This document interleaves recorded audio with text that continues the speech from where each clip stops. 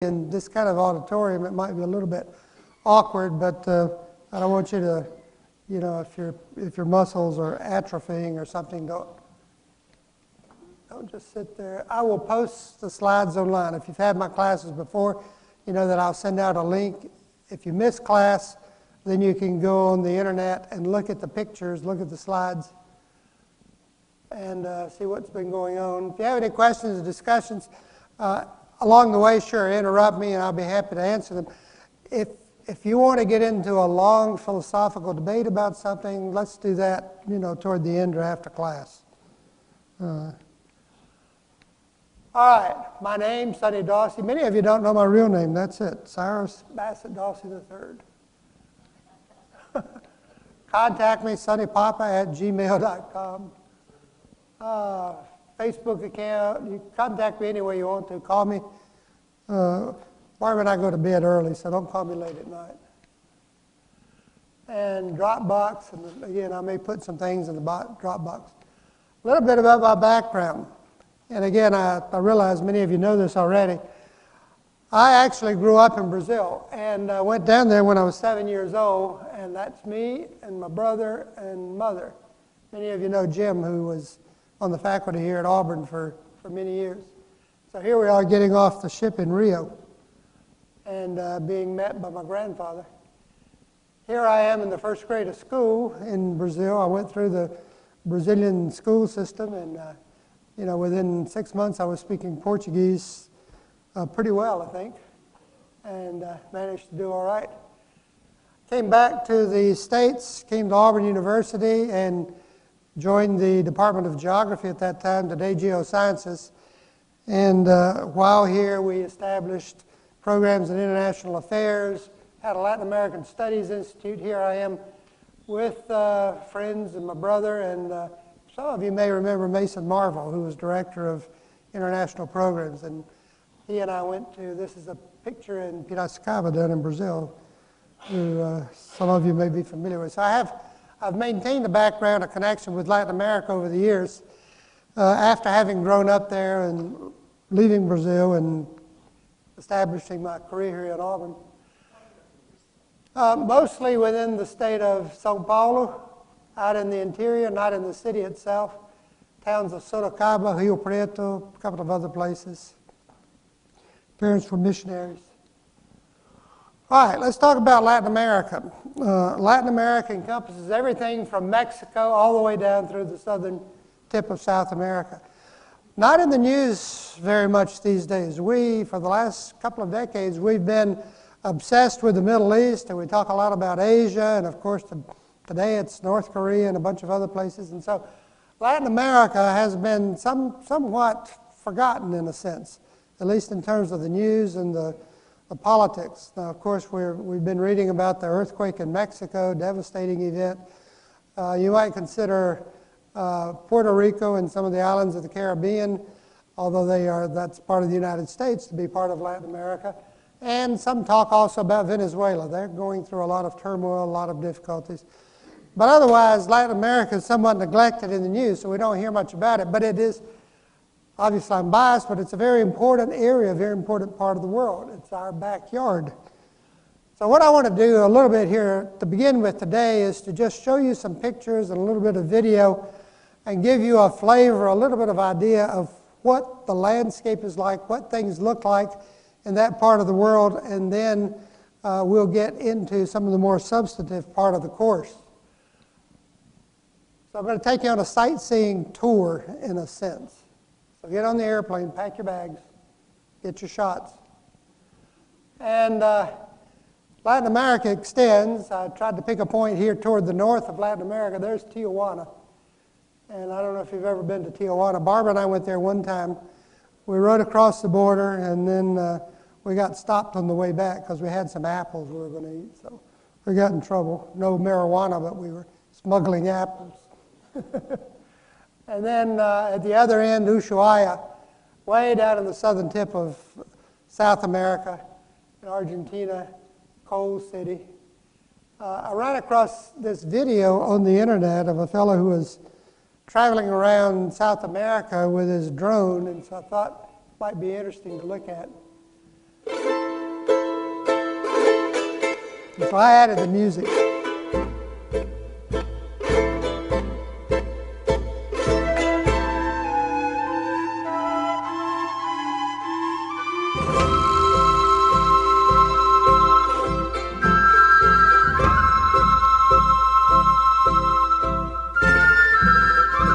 You recognize that music? Flight of the Condor.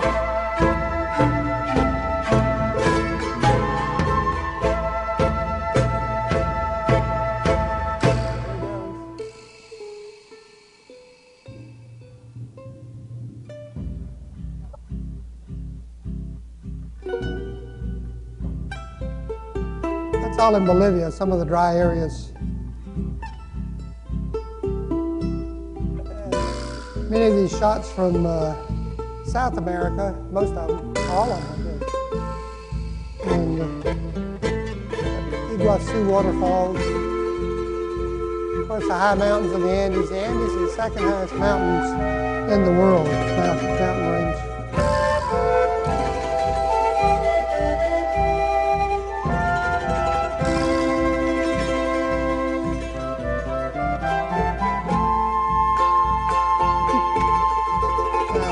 You might not think so, but the Galapagos Islands are part of South America. They belong to Ecuador.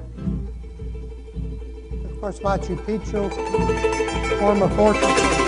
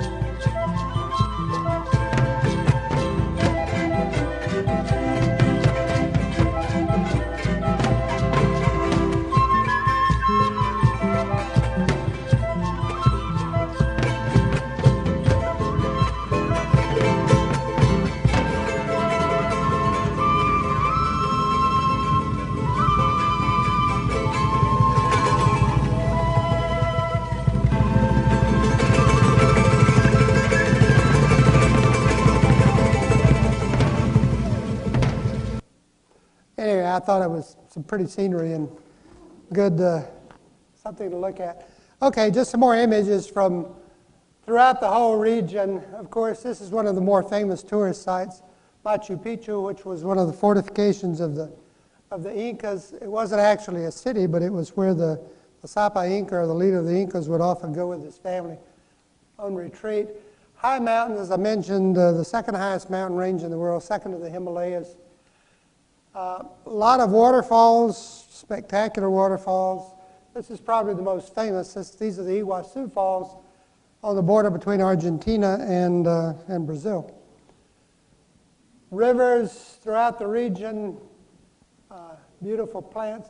This is an aerial view of the tropical forest. And what you're looking at here is a road and the settlement along the road, all of the clearing that's taking place. And of course, this is one of the environmental tragedies that we're facing. The clearing and the destruction of the forest has slowed down, but it's not stopped. And so formerly, virgin forest is now being replaced by land settlement. And in general, they go in and they try to farm, but it's not very productive. We'll talk more about that later on. Very large cities throughout the region, Mexico City, Buenos Aires. This is probably the biggest. This is Sao Paulo, which has a population of 23 million people. And just for comparison, that's about 5 Alabamas in terms of the total number of people who live there. Huge city. Famous reed boats on Lake Titicaca in the Andes Highlands. In northern South America, there's an area known as the Guiana Plateau, and it's made up of these tabletop mountains, which are very interesting, unique, have a unique morphology, background, and you've probably seen pictures of Angel Falls located in this area. Further north, of course, evidence of the Mayan civilization, Tikal, Palenque, other important areas today, important tourist sites. A lot of features like this in the mountains in the Altiplano of Bolivia, northern Chile, Peru, and many of these areas, bodies of water, have dried up and now have become dried lake beds in that area. Largest copper mine in the world, this is Chuquicamata in northern Chile in the Atacama Desert. Very important mineral resources in various parts of South America. A lot of volcanic activity throughout the region. This is one in Costa Rica, Arenal volcano. Cities in the north, Cartagena, northern Colombia, an important colonial center for the Spanish in that area. Capital of Brazil is Brasilia, and what you're looking at here, the government buildings, that's the equivalent of the House of Representatives on the left, the Senate on the right. So these are big buildings, and that's where they meet, office buildings in behind. I just like, this is a river in Colombia. It's called Caños Cristales, and it's famous because the algae creates these interesting, colorful patterns in the water. Guadalajara, Mexico. More mountains, again the Andes. If you go to Argentina, you're not going to see many people dressed like this.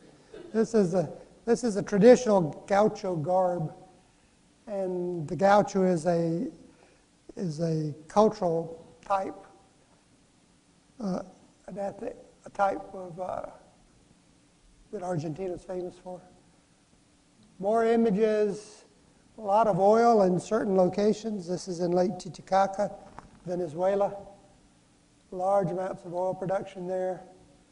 Mexico City, Main Square. This is also an attraction of Latin America, and Carnival in Rio. Reventador, Ecuador, active volcanoes, and if we talk about Ecuador, I'll tell you more about, there's some real dangerous areas there. Cities at the base of these active volcanoes that, one day could create tragedy. Presidential Palace in Buenos Aires, Argentina. Another waterfall in the Guiana. One thing that happens throughout the region is there are layers of hard rock that are on top of softer rock down below. And so when the river erodes, the hard rock is more resistant and the softer rock gets washed away. That happens in a lot of areas. Famous Nazca drawings on the plains in the Atacama Desert of western South America. Again, a view of the city of Rio. I have another little video that I find interesting. It's in Portuguese, so you'll have to read the subtitles unless you speak Portuguese. Eu sempre tive o sonho de conhecer o Cristo Redentor. E hoje, para minha surpresa, me convidaram para conhecer a obra de restauração desse monumento. E agora eu estou aqui, absolutamente sem palavras, tentando imaginar o tamanho do desafio que vai ser realizar essa obra. Vamos lá ver quem está fazendo isso?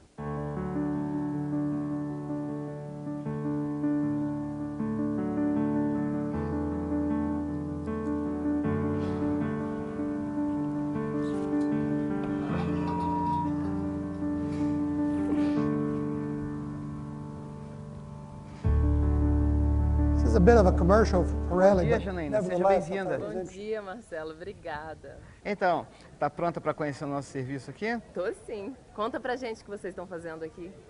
Então, Janaína, nós estamos a serviço para a Pirelli, né, implementando um sistema ultra avançado de para-raios.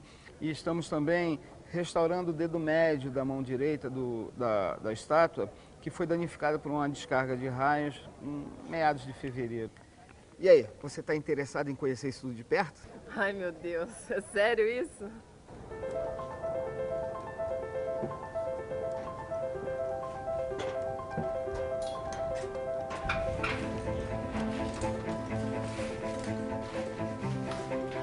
Meu Deus do céu. Não tô acreditando que tá acontecendo isso.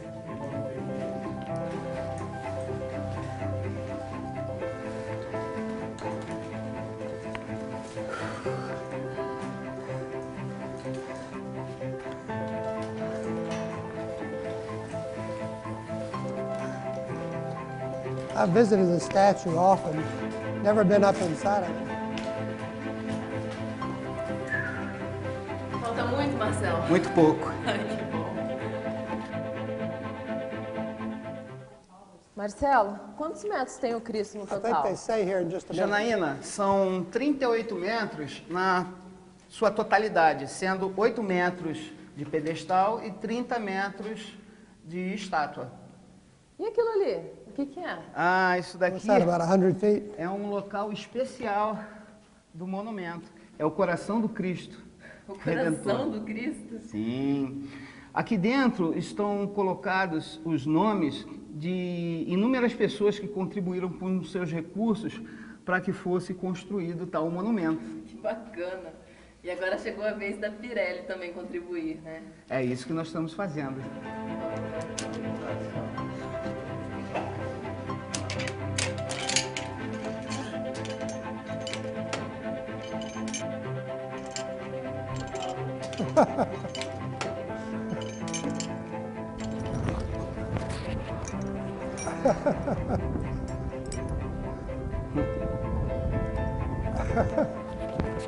Hang on.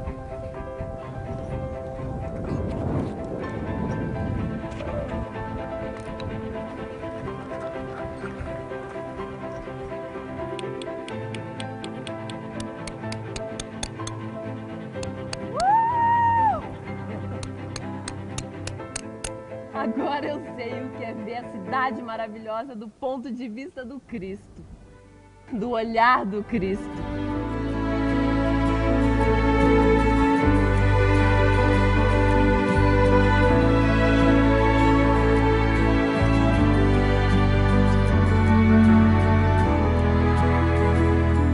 Anyway, spectacular view. Okay, let's talk about geography a little bit.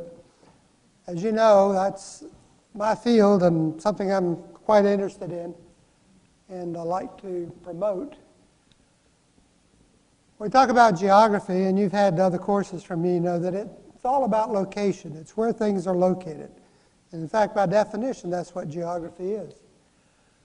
But within that context, we talk about physical landscapes, human settlement patterns, culture, population, economic and political activities, processes, changes over time.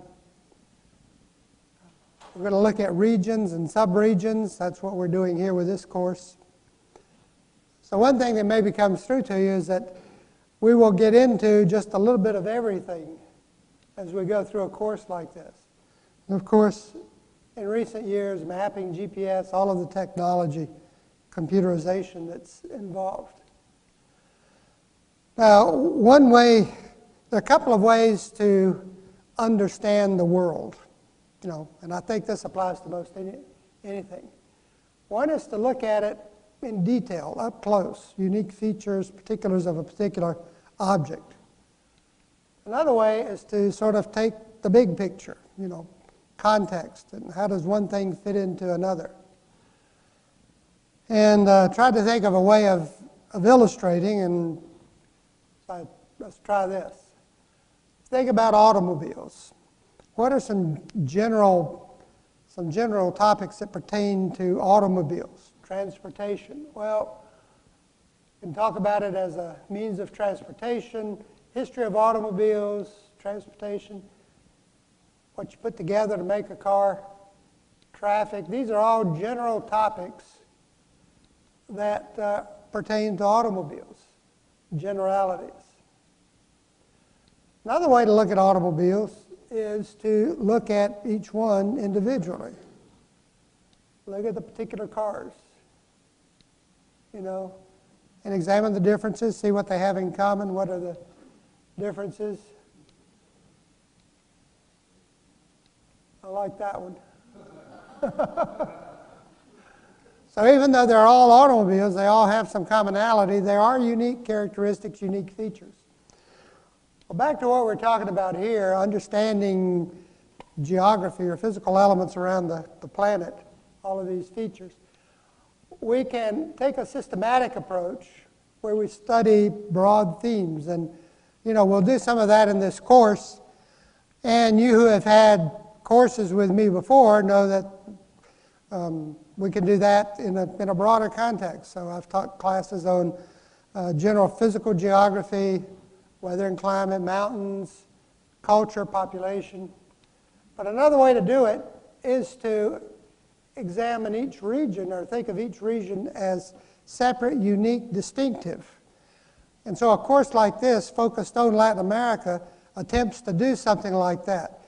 We're looking at things that are interesting, particular about Latin America. How is it different from other areas, and what are some common features associated with the countries and the areas within Latin America? So you take, here's a picture of a village in a desert. Village in a desert. Here's another village in a desert. And they're quite different because they're located in different regions of the world, different economic environments, and so on. This is Las Vegas, of course. So when we look at the world in terms of geographic regions, this is the way it's often broken down in a broad and on a big scale. If you go to one of the universities and look at the geoscience department and look at their offering in regional courses, you'll probably get a breakdown something like this. There'll be Anglo-America, North America, Europe, and includes Greenland. Greenland is not nearly that big, by the way. It's all a function of the map projection. Sub-Saharan Africa is often a separate region in relation to Northern Africa, which is usually associated with the Middle East. There are common features in North Africa that tie it to areas in Western Asia, the climate, the religion, things of that sort. And then, of course, the Far East. And what we're looking at here, of course, is South America, and we're going to include Middle America, which would be Mexico and Central America as part of this course. And there are many books. You can go to the bookstore or the library and find, I don't guess you go to the bookstore anymore, you go to Amazon. And you'll see titles such as this, of major countries, of major regions, or particular subregions. Here's the geography of Wisconsin. One of the best sites, one of the best places to look for regional information on the internet is this site. It's the World Fact Book put out by the CIA. And before the internet, they would publish volumes and you collect maps. But now you simply go to their website and you can find out anything about the countries of the world.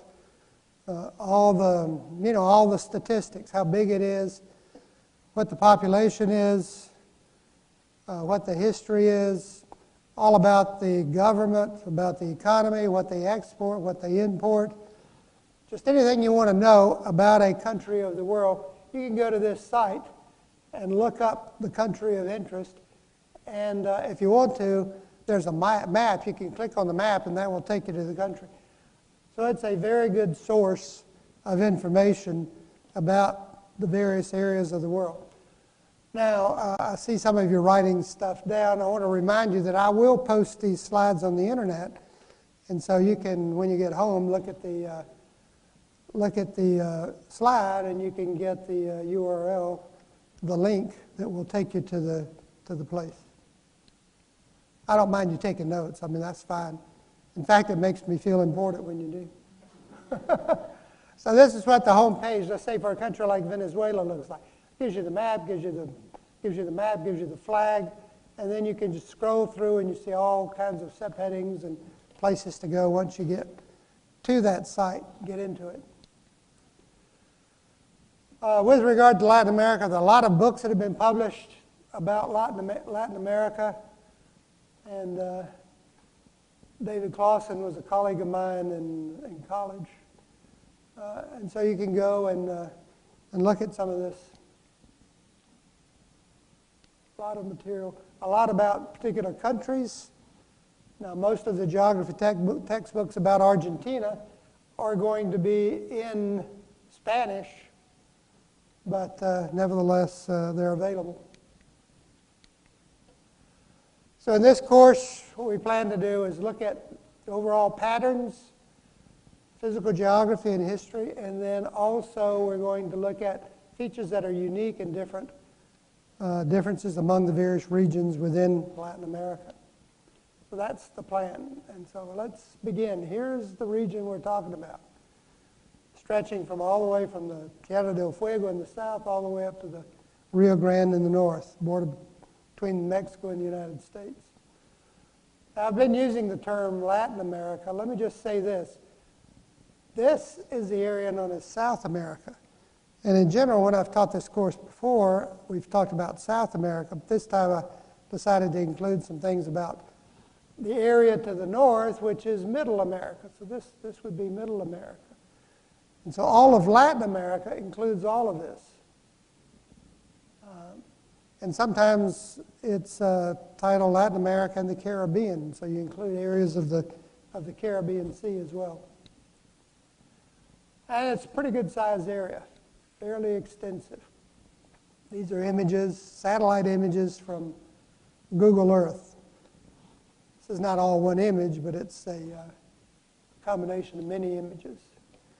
We've been making maps of the area for a long time, ever since Columbus arrived in the New World, and they have mapped and charted the outline of this part of the world. I mentioned this map. This is known as the Dawsey map. It was produced in 1507. There's only one copy in the world, original copy. And a few years ago, it was purchased by the Library of Congress for $10 million.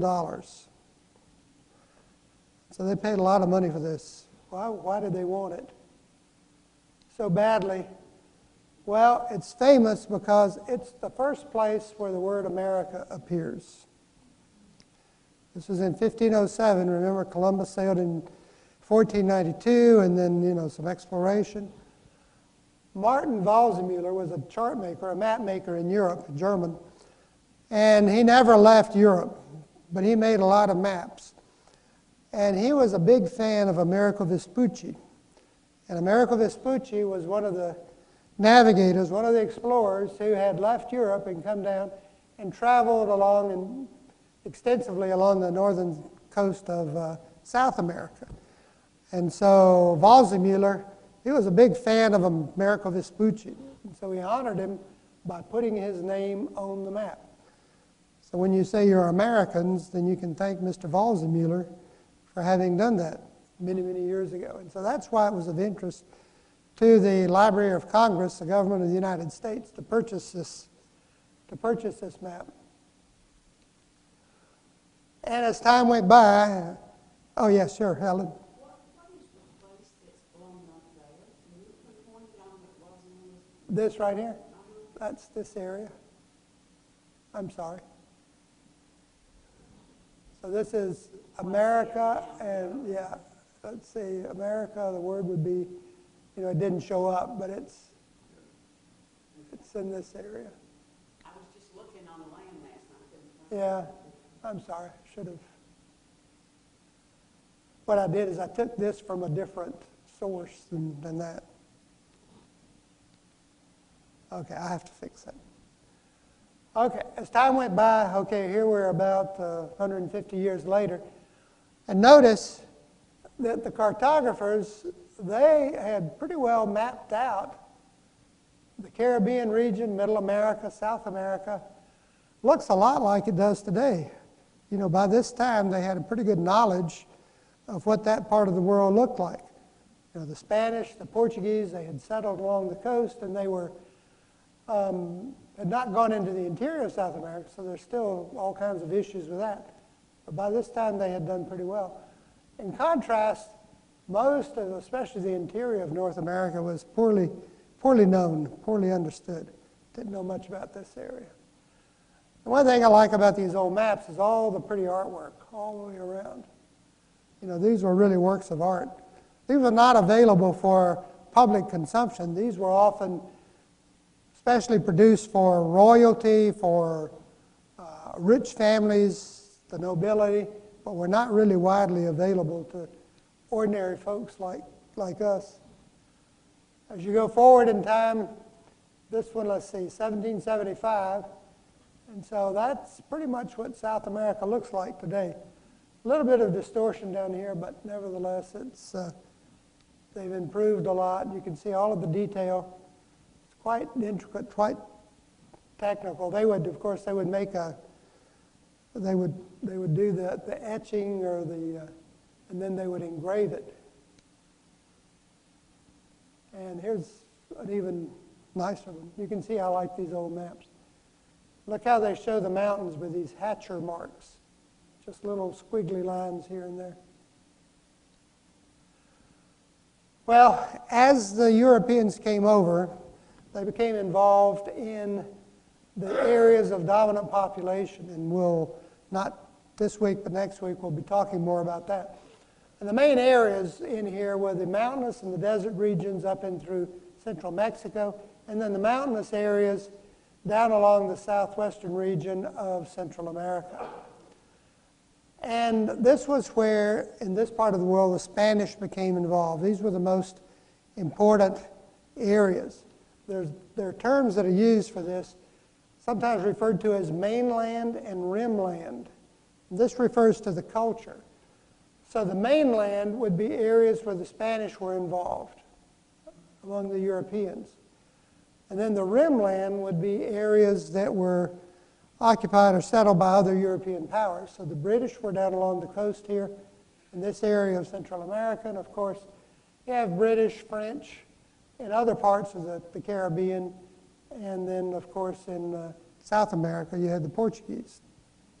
So this concept of rimland and mainland has come through and refers to areas that were predominantly Iberian, Portuguese, Spanish, and then the rimland, which would be the marginal areas that were occupied by other European powers during the colonial period.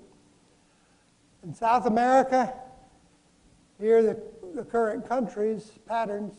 This would be the mainland and the area occupied by the Spanish. That was where the Spanish interests were dominant. Of course, Brazil was Portuguese. And there are two neighboring countries on the Iberian Peninsula, but they're different countries, and they don't necessarily like each other either, or at least historically. And then there was a small area in northern South America that was also, again, you could consider outside of the main dominant areas, and this was where the French, the Dutch, and the British gained territories and possession of those areas. Two of those areas are independent countries. French Guiana remains associated with France.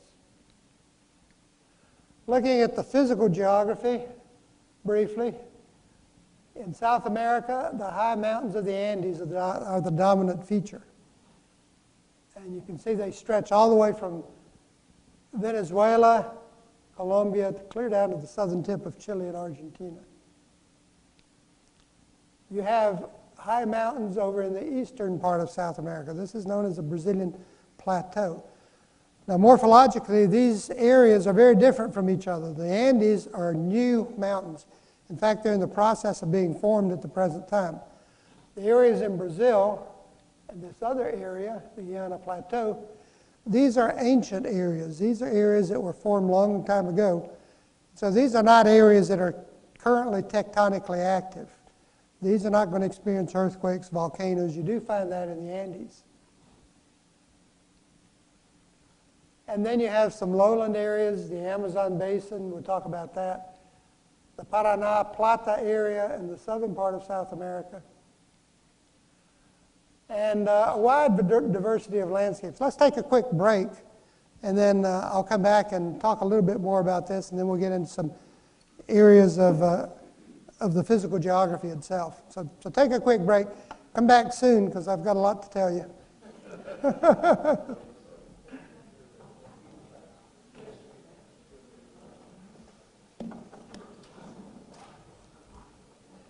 Hey. Ooh. Am I still on? Hey. Sonny, when I was down in Brazil 5 years ago in Rio, we went up to the statue, and it was so cloudy we couldn't see 10 feet in That's front right. of us. And we spent the whole morning up there and just gave up.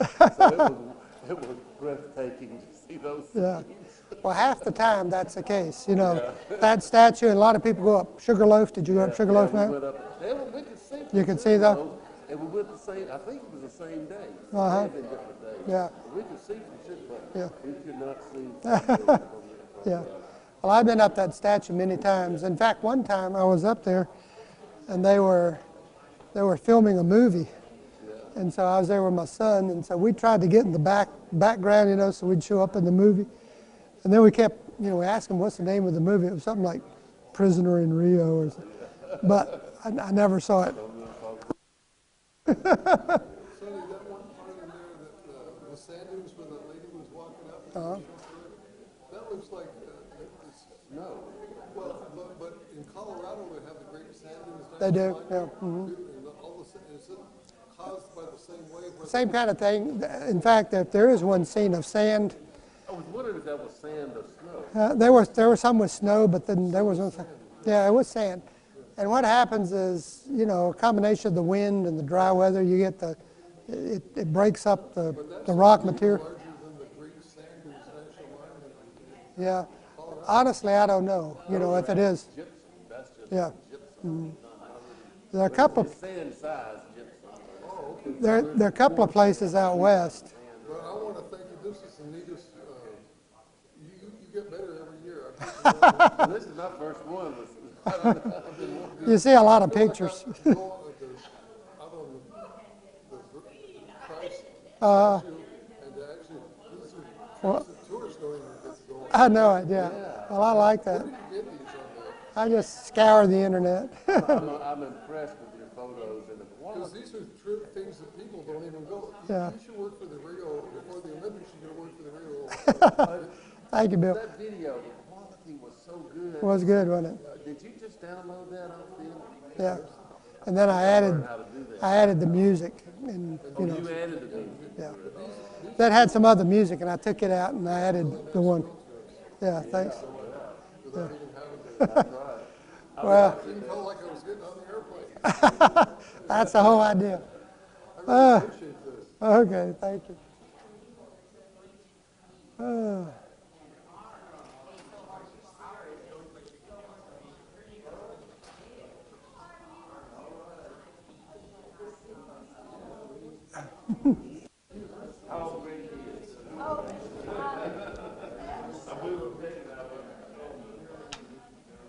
Hey, thing going okay? Yeah, some people are annoyed with the sound, but Nothing you can do about yeah, that. there's nothing I can do about it right now. Let me just mention something to you. I'll wait till you finish. Oh no, I'm just calling Mike. It's fine. I don't think he's gonna pick up. Okay. Ah, there he is. Hello. She called you and here you are. Yeah. That's great. There's some people that are having a really hard time with the tonality of things, and I told them there's really nothing we can do. No, right there's now. not. Yeah, And some guy don't came worry in and about it said that because, people were ready to leave because the sound was so bad. no, there's not. Don't worry about it. Okay. And some of She's these got, folks, you know, she's adjusted the EQ. It's Yeah. the bassiness. It's the low end. yeah, I know, and you that get gives a you- echo reverberation and everything. No, don't worry about it. I mean, So you've turned the midtones all the way up and try to take the lows as much as down as you can. I don't know what it is. and I'll just Yeah. try to speak clearly. One thing I was going to mention, I have one or two more videos coming up, and there's one Okay. where there's some narration, and I noticed on one of those that I showed that the sound wasn't loud enough. So keep track of that. It's one that's coming up for Argentina, way on down. You still calling me? Or the phone was ringing? Yeah, that might be it, right? No, that's the one I showed. Keep going. We got a lot of pictures of it. I'll tell you what. I'm gonna get Jason over here. Yeah. That's what I'm gonna do. It. Yeah, keep going. I'm watching. Not sure I'll get to it.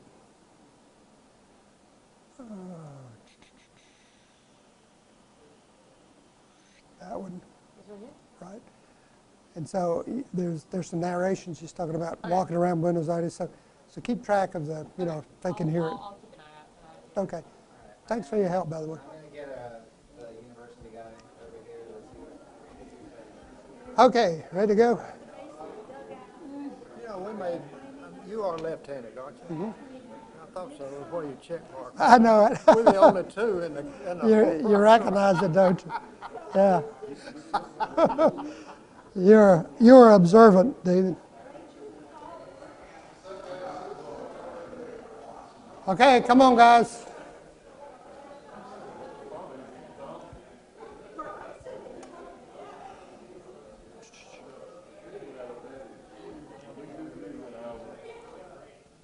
Brothers and sisters that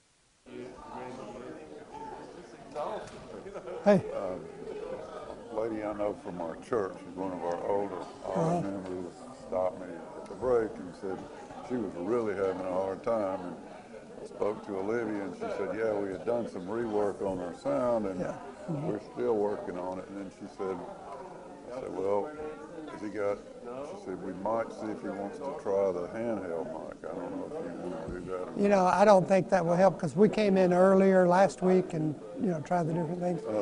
And it's really the size of the room and where the speakers are and all. And, you know, I don't. He's got that whole screen up there with all those little bars going up and down. But all the, you know, the midtones, she's adjusted everything. Yeah. So, She said they were calling some expert that was going to come in and see if he could figure out. Okay. This is part of it. They did some changeover with the sound, she said, a different setup. Yeah. Okay. all right, well, what I might do is, Just sent an email to the guy Jason, who handles the sound equipment. I really do think it's a matter of what they call equalization. So we've got there's low tones. So when you speak, these low frequencies, and so we're going to try and cut the low frequencies and just have the mid-tone, which is voice. But it's a little hard to get to what they call the equalization.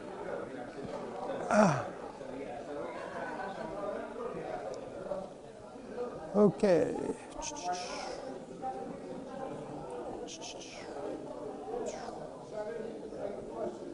Okay.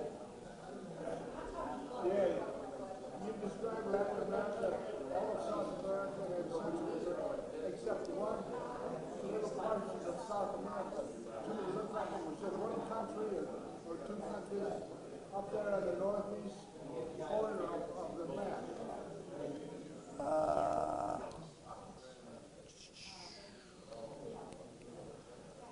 Okay, let's see.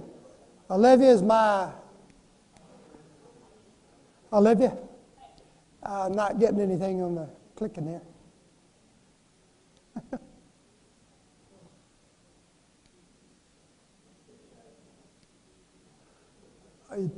Show me the map that you're doing. Well, it'd be, up there, go back. There. Okay. Right up there. That was not included in the map as being Latin America. Well, it is, and I'll go back and look at it later. This is just looking at the physical geography. This is the area known as the Guyana Plateau. I'll come back and talk to you about that. Yeah. Okay. Let me move on here. All right, just want to show you some of the diversity of landscapes in the region. And picking out particular areas, here this area up in Mexico, the main core area of Mexico, and many of you have probably traveled in this area, and honestly, reminiscent in some of the regions, especially up in the north, reminiscent of what you find in the southwestern United States, because obviously the mountains just continue down into Mexico. So desert areas, fairly dry, but also a lot of volcanoes. And in fact, in the main core area in central Mexico, the dominant mountains are volcanic. Mexico City, large urban area, one of the more beautiful areas in Guatemala, Lake Atitlan, which is really a big volcanic caldera.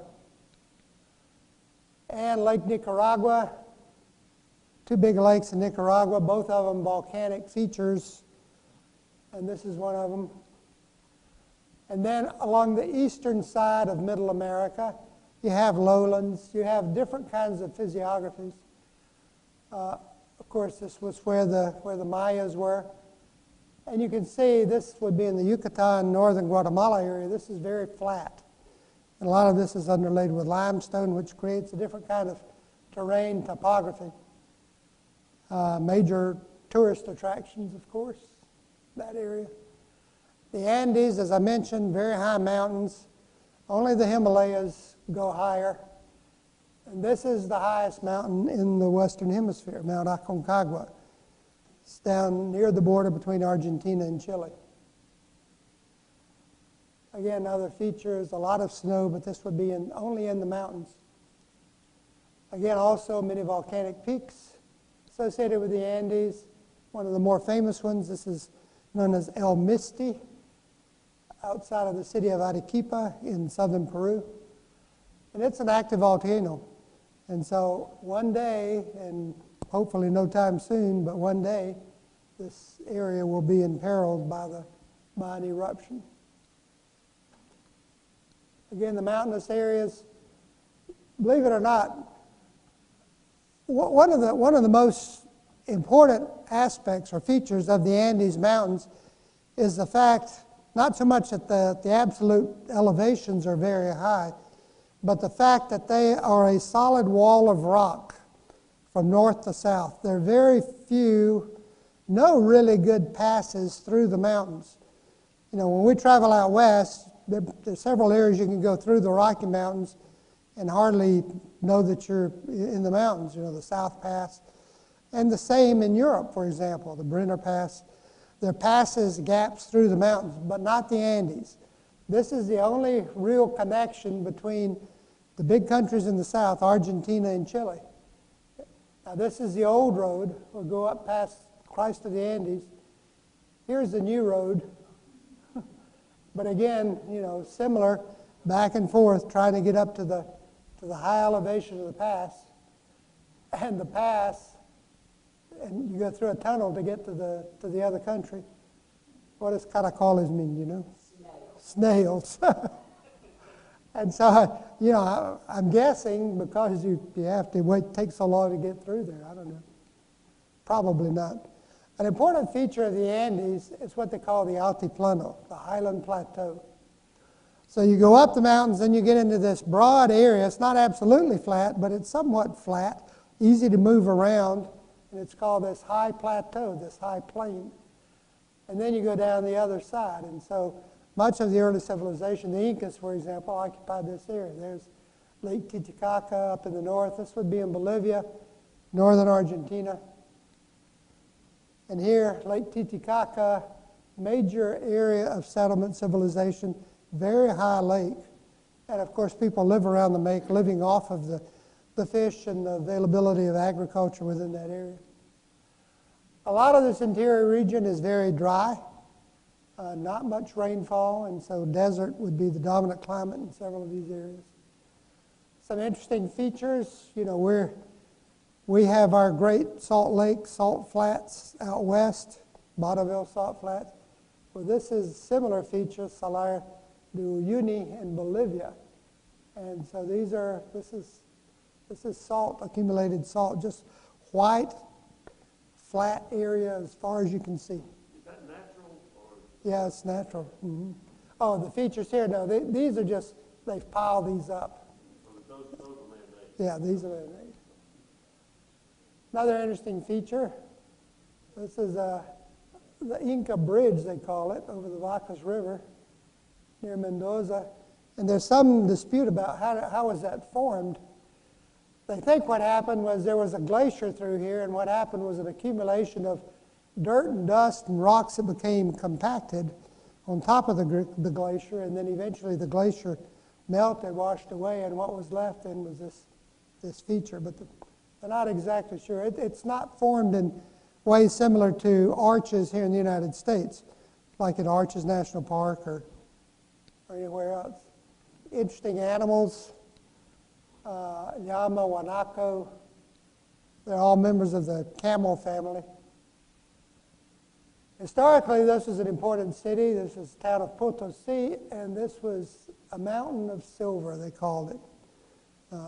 It was the dominant source of silver for the Spanish during the colonial period. And it was a big place. We'll talk more about the history of this at some point in the future. Still an important city, though. So there are important natural resources within the Andes. We'll come back to that. A couple of landscape features from the eastern highland areas of eastern Brazil. Now, I mentioned that morphologically, and again, we'll talk more about this. These areas are quite different from the Andes. These are old, ancient rocks that have been around a long time, have been severely eroded. And you get this kind of formation, a lot of granites, metamorphic rocks of one sort or another. Still fairly significant mountains, but not nearly as tall or as high as the mountains of the Andes.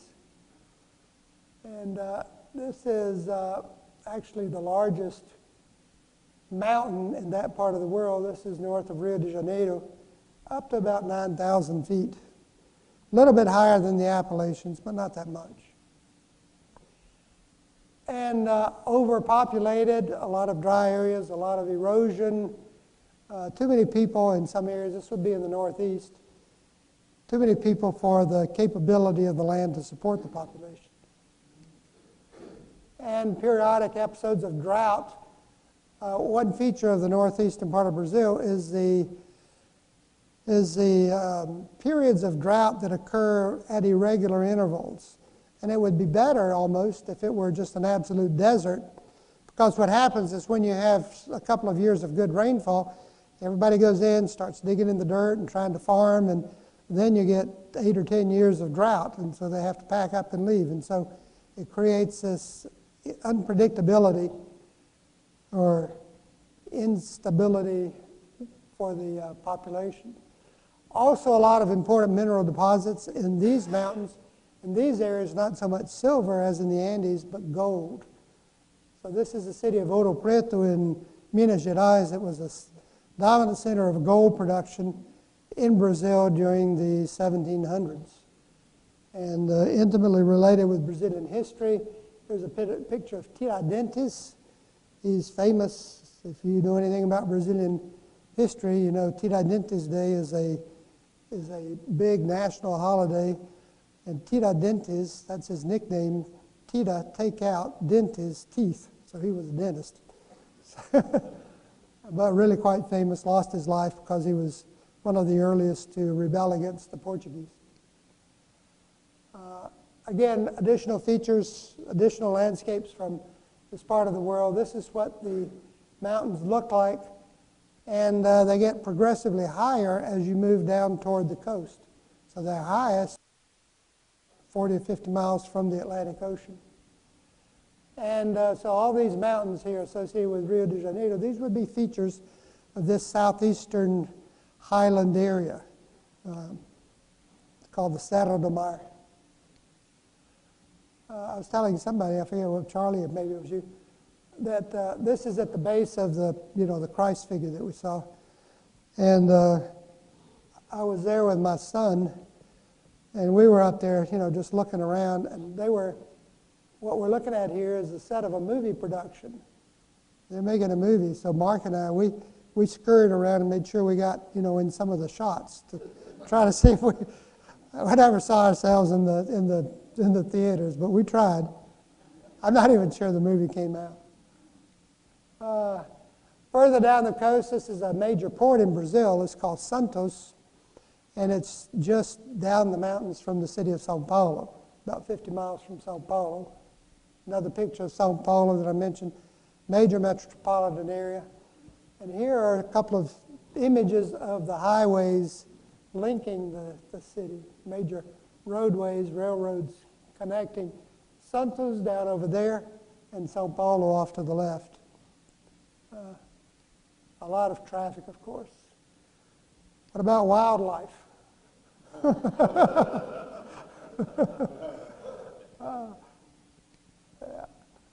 There's unique animals, of course, in Latin America.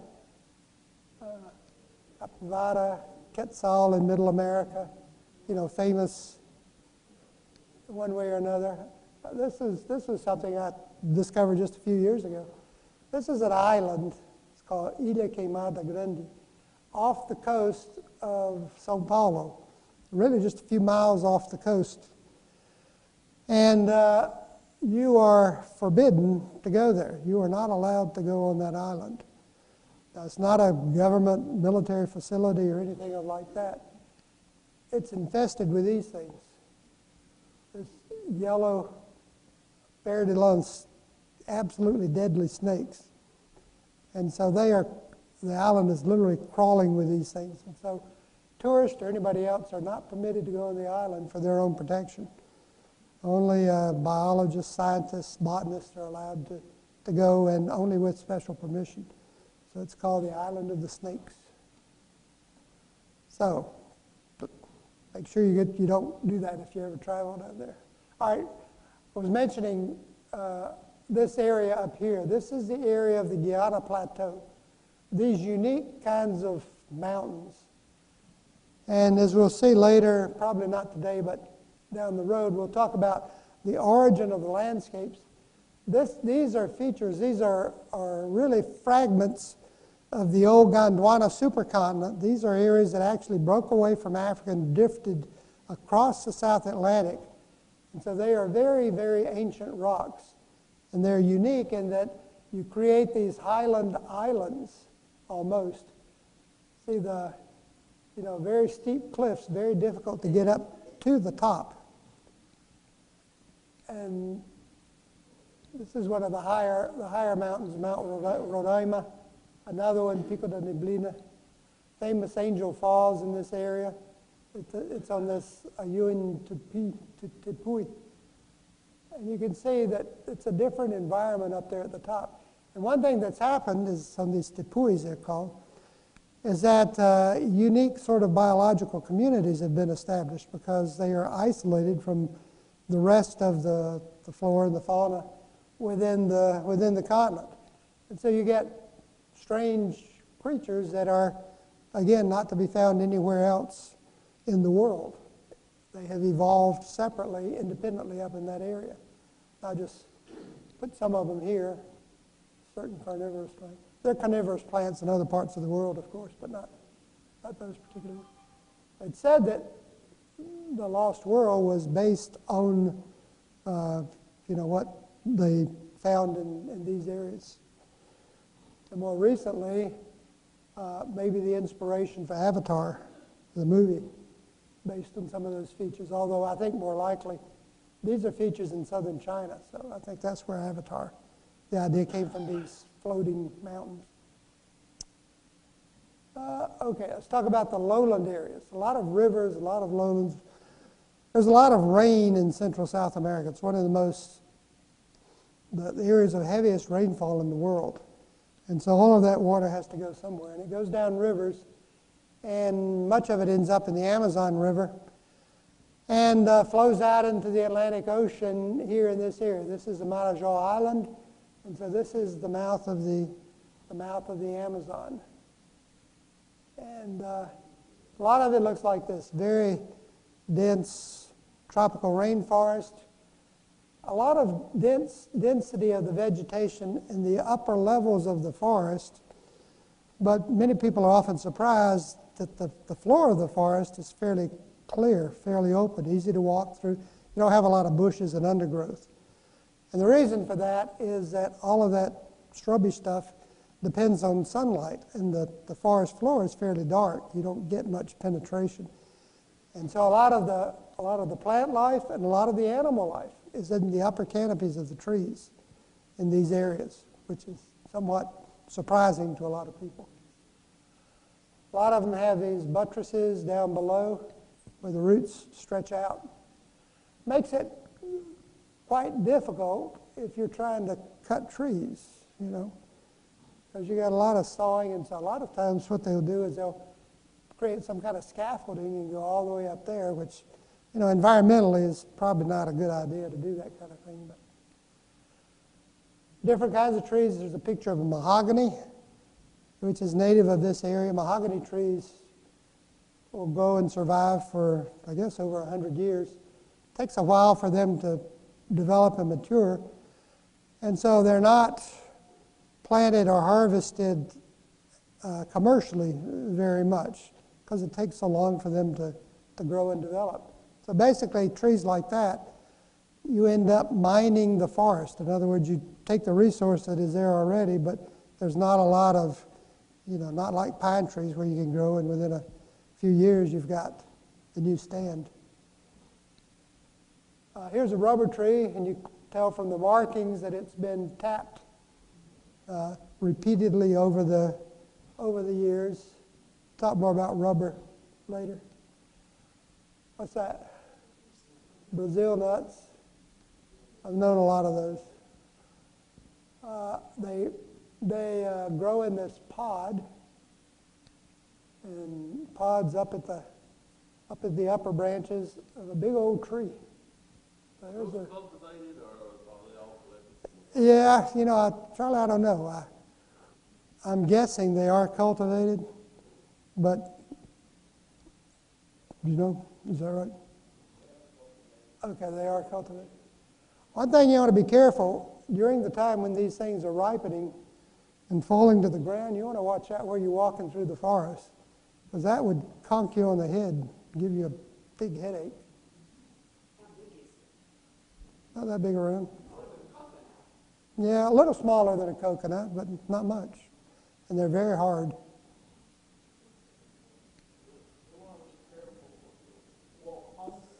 Exactly. You want to, carry a big umbrella. Okay, this is a Vitoria Hagia, and they get quite big. This would be native of the Amazon region. I don't know how big she is. A lot of other animals, of course, familiar with. Big anacondas. I put that one, then I saw this picture. The kids playing with the snake. That's a live snake. That's not dead. So, you know, if you're used to having them around, I guess they're not as fearsome as they are to us. Fish. Again, this would be in the tropical forest. This would be in the Amazon region. This is one known as pirarucu, which supposedly is I'm not sure of the official name of the fish, but that's what I learned. These things are very dangerous. Electric eels, they just kind of hang around in the mud puddles, and they will kill you for sure. You have to be very careful. One of the most unpleasant fish in this part of the world is this one. It's a little kandiru. And it's a little catfish. See how big it is? He's in the palm of this guy's hand. And if you're swimming, it will swim up your urethra. And with the catfish barbs, it'll get stuck in there. And it is awful, people who have that experience. So, anyway, no more comments on that one. As you move further south, additional lowlands, this would be the area down to the Pampas. This is one of the most rich agricultural areas in the Western Hemisphere. South of the Corn Belt in the United States, this Pampas region is probably the best, most fertile. Another area that is just the opposite, very infertile, is the Chaco region. And the Chaco region, let's see, I think I have it on another map. Well, let me just show you where it is. Chaco region is up in this area in northwestern Paraguay and northern Argentina. So the Pampas would be down here, and this area. I'll talk more about how these areas were established. Here again, the Pampas, just large, flat areas that have been for raising cattle, but also a lot of wheat, corn, in the past flax has been produced here. And there you see a typical scene, large ranches, cattle ranches. Further to the south, a lot of sheep. Speaking of the south, Patagonia. Patagonia is not just a clothing brand, it's also a region in Argentina. Patagonia is a dry, windswept area. It's very cold. Human population in Patagonia is about 1.1 million. Population of sheep, 8 million. So there are a lot of sheep down there. City of Montevideo, this would be in the Mar de la Plata area. And the biggest city in this area is Buenos Aires. Buenos Aires is the capital of Argentina. It was established as a port from which a lot of the beef was shipped during the latter part of the 19th century, and then became the hub, the focus of the country of Argentina. And I think I have a little short video on it.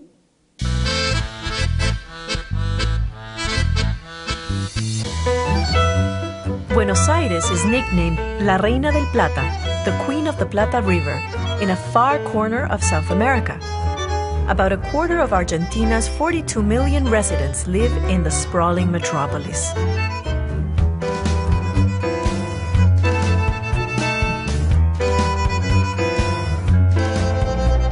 Bienvenidos to the beloved capital of Argentina. Buenos Aires combines European architecture with a Latin passion for soccer, juicy cuts of meat, and of course, the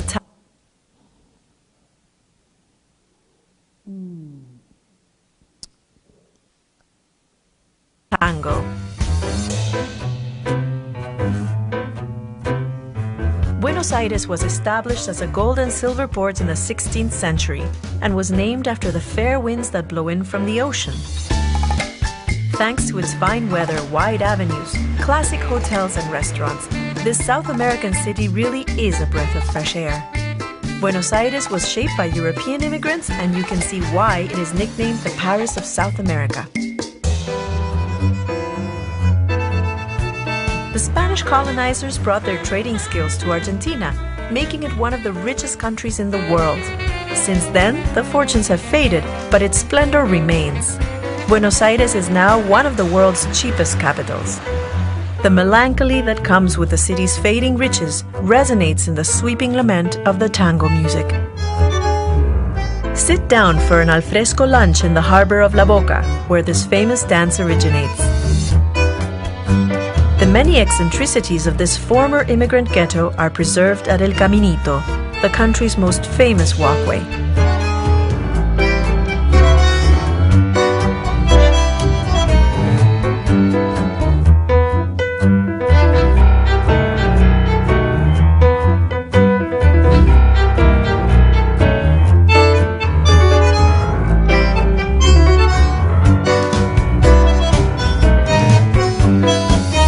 While in the harbor, also tour La Bombonera Stadium, where soccer legend Diego Maradona began his career.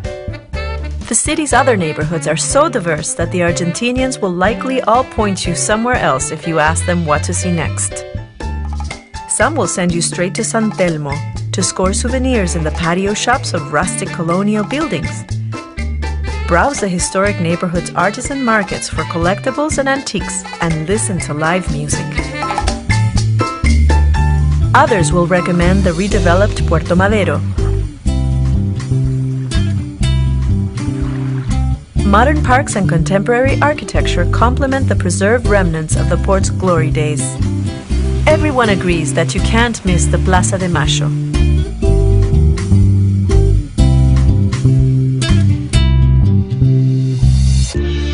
The balcony of the Casa Rosada, the presidential palace, evokes memories of the scene in the musical Evita featuring a waving Eva Perón. Learn all about the country's legendary First Lady in the Evita Museum in the Palermo neighborhood. Her life story reads like a fairy tale, a poor actress from the country who married the president and became the heroine of the working class. Upon hearing the news of her death in 1952, hundreds of thousands of admirers gathered on Plaza de Mayo. The diva's tomb is the most photographed grave in Argentina, though the resident cats of La Recoleta Cemetery do their best to steal the show.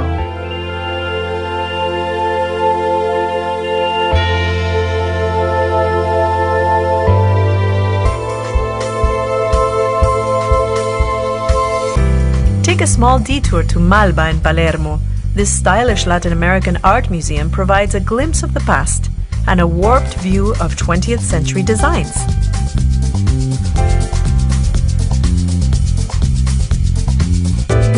To get back to the city center, follow Avenida 9 de Julio, the world's widest avenue. Test the acoustics of the impressive Teatro Colón.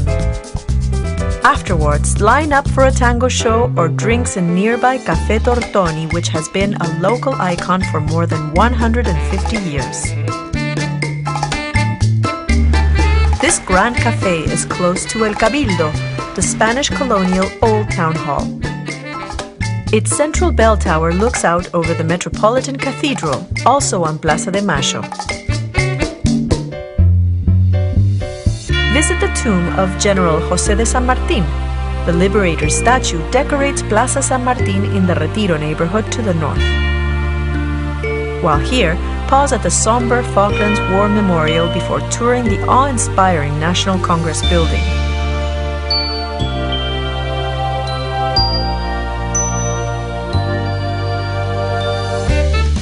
End your day with an evening stroll in Puerto Madero. Dinner is served late at night, and in this rhythmic city, you can stay out to dance until the sun comes up. It's hard not to fall in love with the jewel in the crown of Argentina. All you have to do is look at Buenos Aires to know that every word about this city is true.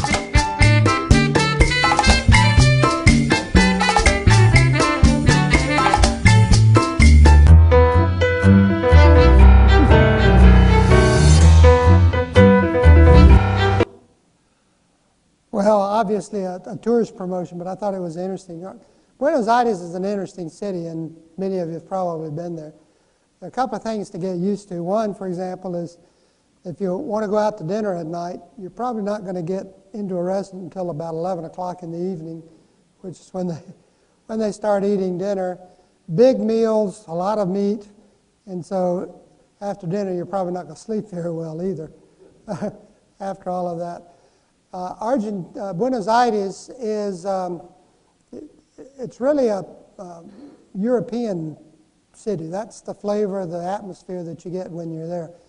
Not so much Spanish, at least in my opinion, as Italian, because one of the things that happened in Argentina, the latter part of the 19th century, early 20th century, large number of immigrants came over to that country, and most of the people who live in Argentina today are really direct descendants of Italians and, to a lesser extent, Irish, a few Germans, some more recently arrived Spanish, but not so much of the original Indians. The Indians were pretty much slaughtered throughout the colonial period, and the Spanish presence in Argentina was minimal. And it's interesting, you know, she said that this was originally a gold and a silver port. No, not really. Gold was in Brazil, silver was in the Andes. There was not a lot of any of that in Argentina, except maybe what was smuggled out of the mountains. And in fact, you know, it's interesting. The word Argentina and the river Rio de la Plata, which is the Paraná estuary, both imply silver. And it's almost wishful thinking because there was no silver. It was nothing.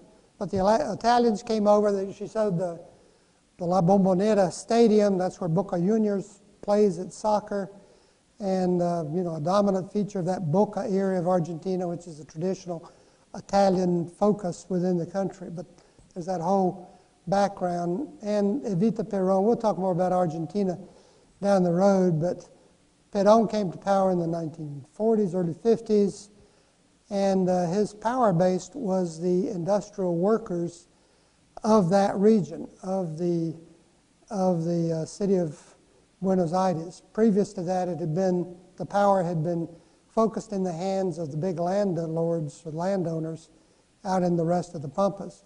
But at that time, that industrial worker base becomes the dominant political force in Argentina, all the way up until fairly just the last few years when Cristina Kirchner left the presidency and has been replaced. So through that whole period, the Peronista party, supported by the Descamisados, the shirtless ones, all the way up through the party that continued, the Justicialista party, that was all based on that base of support of the industrial workers there in Buenos Aires. So anyway, what we're going to do next is move on to talking about the physical geography. All these mountains, rivers, what caused all of that, how is it evolving, and eventually then we'll get to the relationship between that and the population and the human population. Talking about the climate too as we go along. So we're a little bit early. Let me stop and see if you have questions or anything you want to add or comment about this, and then we will dismiss for today. Yes, Ellen. Can you go over again the address of where we go to retrieve your slide? I will. I have your email. I'll send you a link. If you are signed up on the roll, I will do that.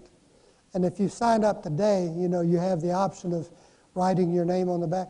Make sure you put your email, and I'll grab it from there.